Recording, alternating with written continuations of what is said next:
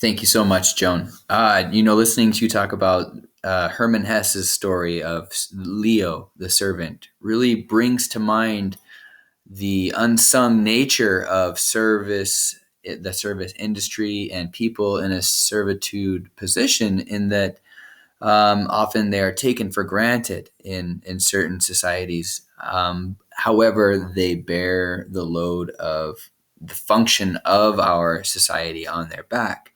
And it just is a reminder of the value and importance of performing service for people, and that role as a servant, and how without servants in certain cultures and societies, some people just might not even be able to function, which is really, really telling. So let's go ahead and take a look at some of the strengths of servant leadership, and then I'm going to go into some of the criticisms that come up regarding the theory.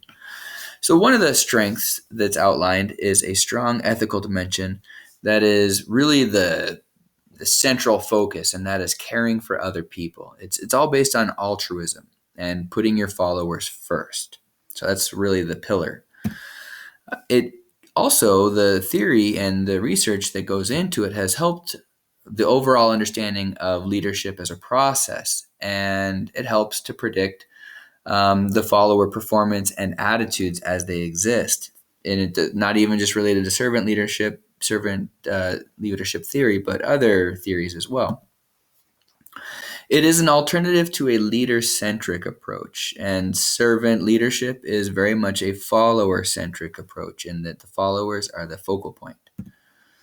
It considers multiple stakeholders and what their outcomes are. And one example for that is considering the work-life balance, or the work-family balance, for employees and followers, and the value of maintaining a positive balance.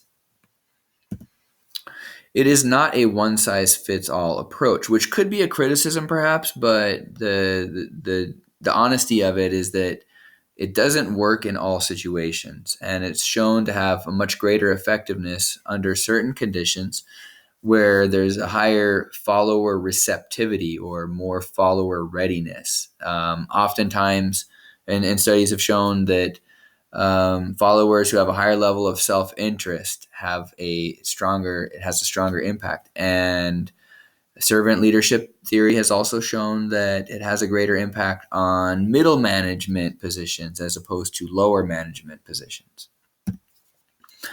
Finally, there are multiple ways to assess the effectiveness of servant leadership, one of which is found in Northouse. It is the SLQ, or the Servant Leadership Questionnaire.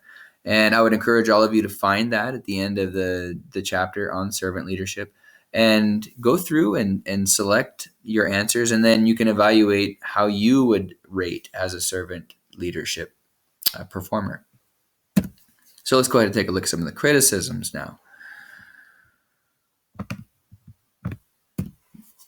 The first is an obvious one. It has a paradoxical nature, where servant does not equate to leader, at least by definition traditionally. And it suggests that leaders must be followers. And for some people, this could be a sticking point, and it might bring some discord in their minds about how these two things can add up. It also doesn't really separate the success that you might find from leader-member exchange, which highlights the working relationship between the leaders and the followers. In essence, in order to have successful leader-member exchange, you have to have a positive working relationship.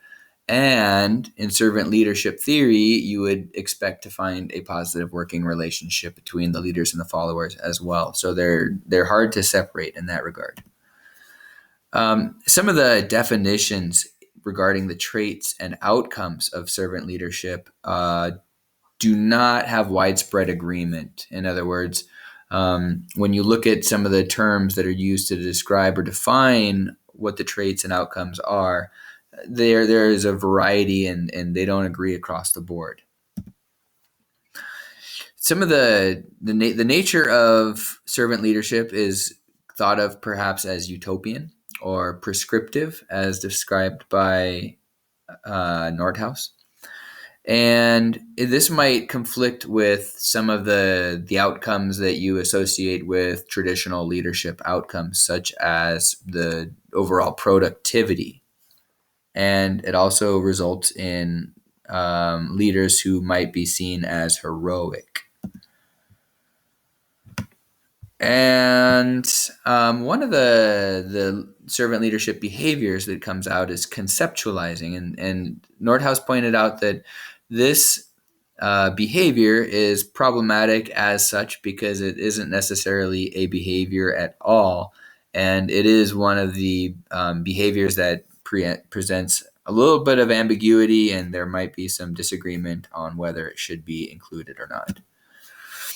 Finally, as a servant leader, you may be wrestling with a temptation to define the needs of those served, and the opposite is what a servant leader would be trying to do, where you are trying to identify the needs of the followers and empower the followers to identify those needs themselves and prescribe what they need in order to reach that goal.